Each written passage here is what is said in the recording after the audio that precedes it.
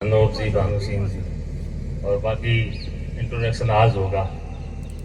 सबसे पहले तो मेरी मुलाकात राम रतन जी से इनसे 2017 में हुई थी।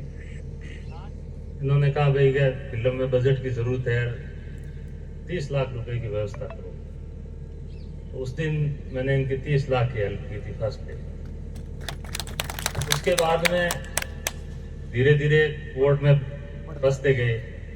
फंसने के बाद में लोगों ने हेल्प करने के लिए हाथ पीछे खींच लिए। एक शख्स का नाम नहीं लूंगा, उन्होंने गुरुजी से कहा था कि भाई मेरी ये कोई अप्रोच के लिए आप सीएम हाउस चलो हमारे साथ जयपुर। तो उस दिन खिजरली मेला था, तो मैंने भी गुरुजी से निवेदन किया, मैं गुरुजी अगर फिल्म में ये आदमी अपनी हेल्प कर रहा है तो क्यों नहीं अपने इनके साथ लेके चलना चाहिए। वहाँ गए, वहाँ जाने के बाद उन्होंने बताया कि भाई इस तरीके की बात है आरपीसी कोई मेंबर को लेकर। तो वहां जाके हम दूसरी गाड़ी में बैठे थे, तो उन्होंने कहा कि भाई पैसा तो फिल्म में देंगे नहीं देंगे, लेकिन गुरुजी के पद का उपयोग तो अपन करेंगे। वो बात मैं आज आपसे शेयर कर रहा हूँ, इतने दिन मैंने किसी को नहीं की। उसके बाद उन्होंने कहा कि आप लोग बॉम्बे जाइए और फिल्म की तैयारी करो, मैं पैसे है जो आपके अकाउंट में ट्रांसफर करूंगा। 50 लाख रुपए देने के लिए उन्होंने हमें कहा। बॉम्बे जाने के बाद मैंने उनको कॉल लगाया तो नो रिप्लाई आया उनका फोन। एक बार किया, 2 बार किया, 10 बार किया, फिर आखिर में हार गया था मैं। फिर मैंने जेब में हाथ डालना शुरू किया। मैंने कहा भाई अब इनसे मांगने से कोई मतलब नहीं है ना, ये देंगे। जो आदमी इस तरीके की बातें कर सकता है गाड़ी में बैठ के, फिर घोषणा कर रहा है, घोषणा के बाद में हमें वहां भेज दिया। भेजने के बाद में भी अगर फोन नहीं उठा रहा है, मुझे नॉर्मल बात, फिर उसने आस ही छोड़ दी उस आदमी से। फिर मैंने राम रतन जी को कहा पैसे कहीं से भी करेंगे, पर्दे पर लाके रहेंगे, चाहे कुछ भी हो। दुनिया की कोई ताकत अपने को रोक नहीं पाएगी, और वो संघर्ष हमने कैसे झेला वो हमारा जी जानता है।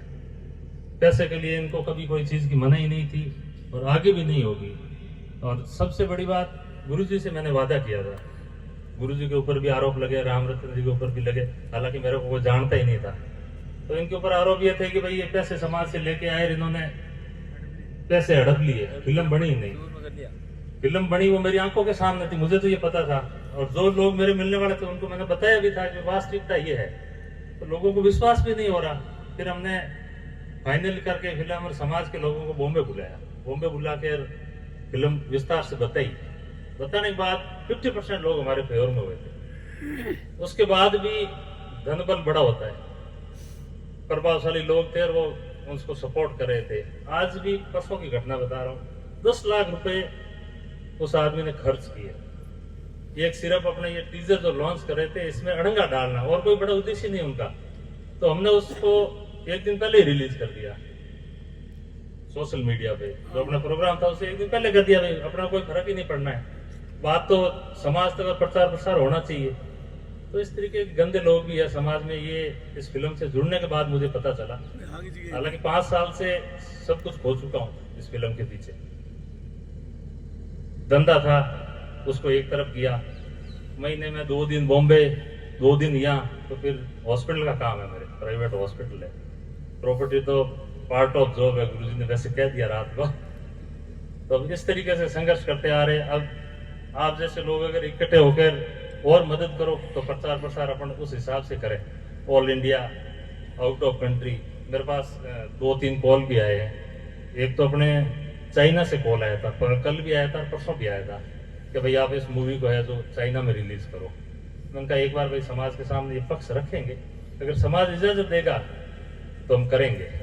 एक फोन यूएसए से भी आया था, मेरे सीनियर थे, नर्सिंग ऑफिसर हूँ मैं वैसे तो, हमारे सीएमएच थे डॉक्टर आरती मिर्जा। उन्होंने बताया कि भाई मेरी बेटी है वो अमेरिका में है, आप मेरे को वो ट्रेलर जो टीजर आप रिलीज करें वो भेजो। उनका रात को मेरे पास 3 बजे फोन आया कि आप एक बार है जो इसको यहाँ तक भी पहुंचाओ।